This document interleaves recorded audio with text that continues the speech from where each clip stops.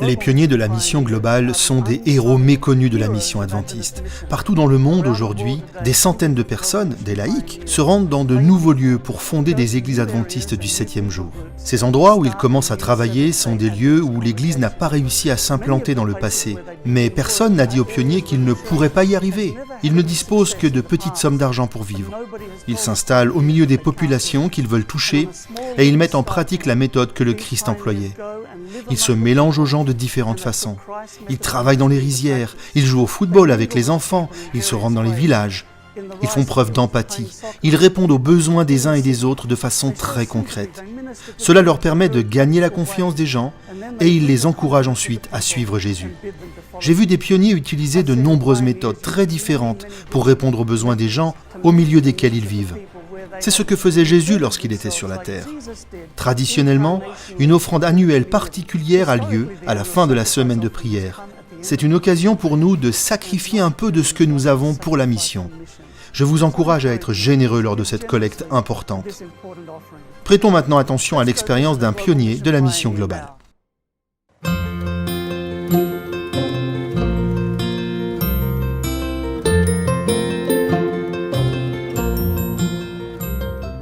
Au Sri Lanka, la plupart des jeunes adultes d'une vingtaine d'années s'engagent dans une carrière professionnelle. Mais Rupan a choisi une voie différente. Âgé de 23 ans, Rupan a compris que Dieu était le seul but de sa vie, et il a décidé de mettre en pratique sa formation sur les remèdes naturels en devenant pionnier pour la mission globale. Mon cœur me dit de m'engager au service de Dieu. Je crois que c'est le Saint-Esprit qui m'a convaincu de remplir cette mission. C'est la raison pour laquelle j'ai choisi de devenir un pionnier de la mission globale. Rupan a été envoyé dans une ville qui s'appelle Omanetai. Une forte communauté bouddhiste y réside. Elle se trouve à 274 km de Colombo, la capitale. Avec une population de plus de 22 millions d'habitants, ce pays d'Asie du Sud, situé dans l'océan Indien, est très contrasté et de nombreuses cultures s'y côtoient. Différents groupes ethniques, différentes religions et différentes communes cohabitent. Et c'est là la raison pour laquelle le Sri Lanka ouvre de grandes opportunités pour la mission. Rupan a essayé de trouver différentes façons de toucher les gens. Dès son arrivée, il a commencé à sillonner la ville, faisant du porte-à-porte et tissant des liens. Après avoir rendu visite à de nombreuses familles et découvert le mode de vie des gens, Rupan a constaté que dans le domaine du mode de vie et de l'assistance médicale, les besoins étaient considérables. Il a donc décidé de reprendre ses visites, cette fois pour présenter le message adventiste sur la santé. Ses propos ont éveillé l'intérêt et la curiosité des gens qu'il a rencontrés. Un jour, Rupan a fait la connaissance d'une famille qui possédait un petit hôtel. Le chef de famille souffrait de diabète et son état se dégradait.